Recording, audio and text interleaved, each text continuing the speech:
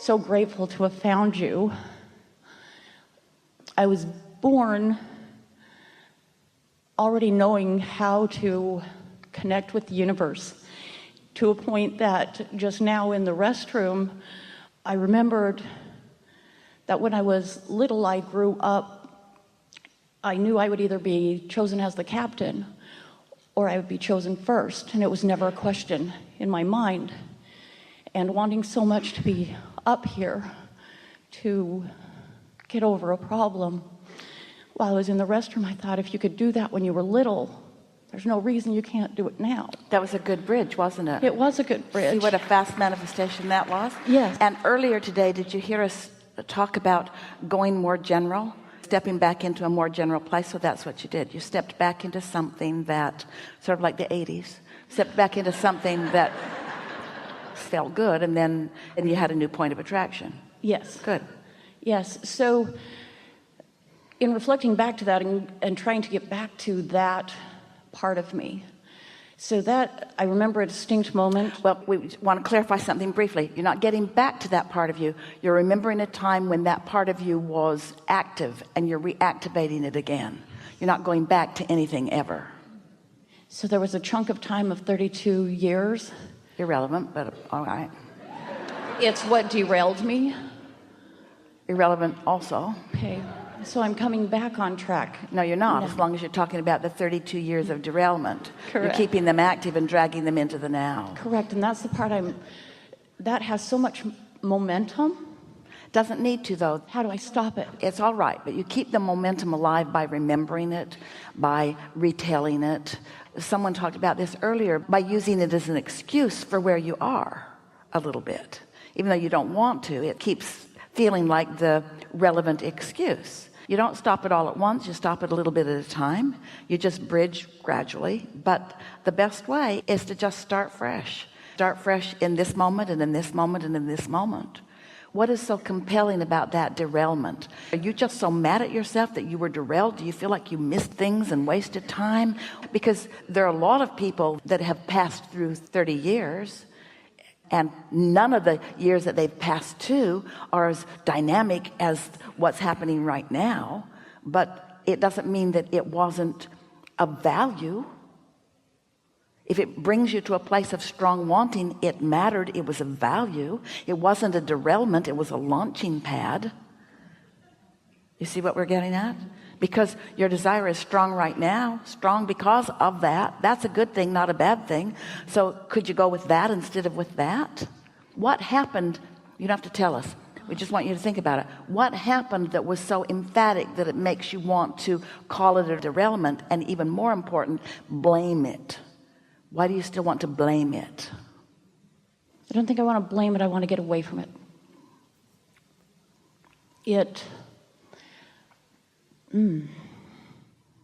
Because if you could make it okay, in other words, take the monster out of it, and then there's not the feeling that you need to get away from it, and if there's not the feeling that you need to get away from it, then there's not an active vibration about it, and then it just isn't.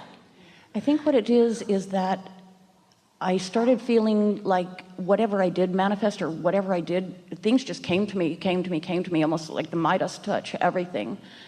But someone else took it. It became theirs. And so I think I stopped wanting to have anything come. But it's such a wonderful thing. We know it doesn't feel that way yet, but that's such a distortion of the way it works, because no one is attracting it for you and no one is taking it away from you. It's only your perception that brings it in, and it's only your perception that keeps it out. That's why we called it a monster, something that you're blaming. But it's that attention to that. It's giving power to something that doesn't deserve the power, that's keeping you from your own power. So to leave that completely in the past and to go to something new, there's such a fear, because you can't all of a sudden leave it completely in the past, but you could fill the now up with other things. It's like Esther with her furniture, which seems like a ridiculously simplistic comparison. But if you are attracting the new, then it's easier to let go of the old. But if you're dragging the old around with you, then there's no place for the new. You have some choices. And we talked about it earlier. If you are determined that the choice of thought is going to be a good feeling one, and you start out before the bad feeling ones have filled in, then it's easier. Imagine having a colorful palette, and let's call it liquids and a lot of depth in the colors, and you've got your canvas, and because you're not paying attention to what you're doing, or because you're having a negative moment remembering something negative in the past, you just sort of randomly take a brush and color that's sort of deep in color, and you paint the whole board with it. It's a black or a brown or a deep purple, and then you say, wait a minute, that wasn't what I wanted. But it's hard to cover that up with the other lighter colors. Even though you want something lighter now, you can't quite do it. But tomorrow you could wake up and just not put the deep purple or the black on the board. You don't have to drag that board around and try to lighten it up. You can just start with a new board and put the light on it to begin with. You see what we're getting at? But there's a tendency to believe that because I lived something, that I have to now unlive it, that I have to fix it or detach from it or understand it. And you really don't. You can just start in fresh new thoughts. And if we could convince you, and we want to, but we can't, because there's no assertion. If there were, you'd already have it. Got it? No, it doesn't work like that. But what we would like you to feel is that you can start fresh. You can start fresh. And in time, that will be like a distant memory. It'll be like something that happened to somebody else. It'll be like something that you don't even talk about. And you will know how well it served you, because it lighted a desire within you that's way bigger than any desire that you ever had before. You were sort of a product of someone else's desire for a long time. And out of that experience, you have now found your own desire. And your own desire is, so much more powerful. There's such a much stronger point of attraction when it's your desire, you see. Nobody wants to be pushed around, and nobody wants to be taken advantage of, and nobody wants to be played, and nobody wants to be used up. In other words, these are things that people worry about. But the truth of it is, none of that can happen. It's just an illusion or a misperception that you have. Because sometimes somebody who's sort of loudmouthed and big gets in your face and tells you things that are so loud that you start to listen. And as you start to listen, then it starts to play out that way. But you don't have to listen just because someone's talking. One time, someone was in the hot seat talking about someone who was very troubling to her. And we began looking for the person. We looked everywhere for the person, and turned out the person was nowhere in the room, and yet so vividly part of the conversation. And that's what law of attraction does with thoughts and experiences. You can reactivate them easily, but you don't have to. And so it's much easier to activate something new than to try to deactivate something, because you can't deactivate it. Nothing can be deactivated, because when you look at it, that thing that you're not going to think about, you're thinking about it. And the more you don't want to think about it, the more you're thinking about that thing that you don't want to think about.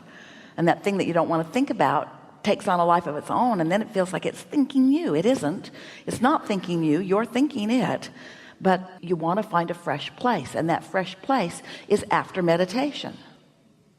So I'm so used to fixing things, and I'm trying. So I have a mantra of never give up, and then listening to you, this was what resonated, was give up, just give up, just give up. Well, here's the thing. How do I do that when it doesn't fix itself? We want to tell you something that is a misperception. Do not give up on your desires for this reason. You can't. Because you put it in the vortex, and you've got source energy all over it. So it's not giving up the desire, it's giving up the resistance that you've been dragging along with the desire. So phrase that a different way. I'm not giving up on what I want. I'm just letting go of the way I was going about it. Or I'm giving up the struggle. I'm giving up the thinking too much about it. Or I'm giving up overthinking it. I'm giving up a timeline. I'm giving up being hard on myself about it. I'm giving up my negative thoughts about it. I'm giving up my negative feelings about it. I'm not giving up on my desire. It's more vivid than ever. Just make those kinds of comments to yourself. I feel, because feel, emotion, is the best indication of vibration, and vibration is the point of attraction. So she would say, I feel happy. So she identified maybe how she was feeling or how she wanted to feel, but she was identifying the feeling of happy, identifying it, and then isolating it by just kind of looking around her current now for obvious things of happy. This is a beautiful room, by the way. So beautiful in so many ways. There is a lot in this room that if you focus upon it, you could feel happy about. It's fresh and really clean. The sound carries very well. These baffles are intentional. The lighting is wonderful. It's not hard to find a reason to feel some happiness if you decide to. So I feel happy. I feel sure. I feel eager. I feel ready. I feel open. I feel alive. I feel eager for life. I feel sure-footed.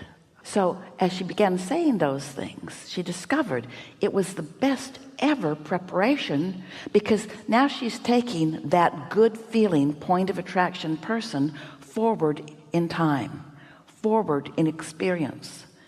So she began thinking of it like, in this segment of intention, she was establishing a vibrational atmosphere, and then she and her atmosphere were moving forward and attracting from whatever was there what matched the atmosphere that she had accomplished. Not telling that person that they needed to be nice to her. Not nice people were irrelevant to her atmosphere. She had lighted her light board in a way that when she stepped into wherever she was stepping, it had to be good to her, because anything that wasn't good to her wasn't active in her, because she'd taken care of that in advance. You see what we're getting at? Since it's attraction, attraction, attraction, attraction, then anything you can do to prepare your point of attraction is a good thing. Now, in contrast, it's the reason that we wanted to have this conversation with you, because this conversation is so beneficial to so many, especially to you. Think about your opening words about that time that you were describing that wasn't so good to you.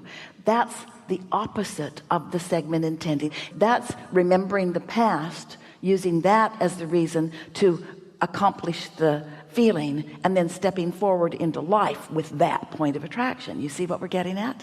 And that's why for most people things don't change very much, because they let what has been happening or what is happening be the reason that they offer a vibration, and then they just take it into the next segment and the next segment and the next segment. So the world and life and people and things and thoughts just keep coming to them according to what they've got going on. But you can change that. You don't have to think about what has been, and you don't have to think about what is. But it is a mastery that requires some practice. But once you get the hang of this a little bit, you had that going on. You had that going on. And we love that you have that memory of having that going on when it was easy for you. You can do that again.